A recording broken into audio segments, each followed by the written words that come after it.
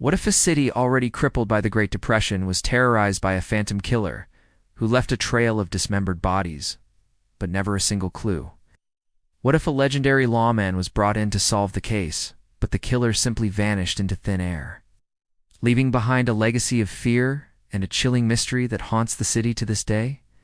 Cleveland, Ohio, 1935. The Great Depression had cast a grim shadow over the city, but an even darker terror was lurking in the depths. Between 1935 and 1938, a series of gruesome murders shocked the nation. Victims, often transients and outcasts, were found brutally dismembered, their torsos the only remains left behind. The killer, dubbed the Mad Butcher of Kingsbury Run, was a phantom. His methods were so precise, so surgical, they defied belief. He was a ghost in the shadows, leaving no trace but the mutilated bodies of his victims. The murders began in September 1935, with 2 male bodies discovered in the Kingsbury Run area. The victims were decapitated and dismembered with surgical precision, leaving no blood at the scene. The investigation, led by the legendary police director Eliot Ness, became a desperate and chaotic hunt.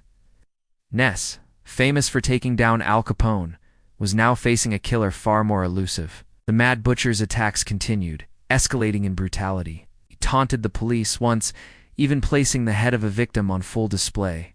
The killer seemed to relish the psychological torture, and his meticulousness made him nearly impossible to catch. The police questioned countless people, including a prominent doctor who was a suspect, but the trail always went cold. The poverty and transient nature of the victims made identification and investigation nearly impossible. The killer's final acts were to send parts of a body to Ness himself, a chillingly personal act of defiance before disappearing completely. The Cleveland torso murders remain an enduring mystery, a haunting stain on American history. The killer's identity, the final victim count, and his motive are still fiercely debated. Was it a single killer or a group? Was it the doctor whom Ness suspected, or an unknown figure from the shadows of the Depression? The Mad Butcher's reign of terror ended as abruptly as it began, leaving behind a chilling legacy of unanswered questions. What do you believe happened to the Mad Butcher of Kingsbury Run? Share your theories in the comments below.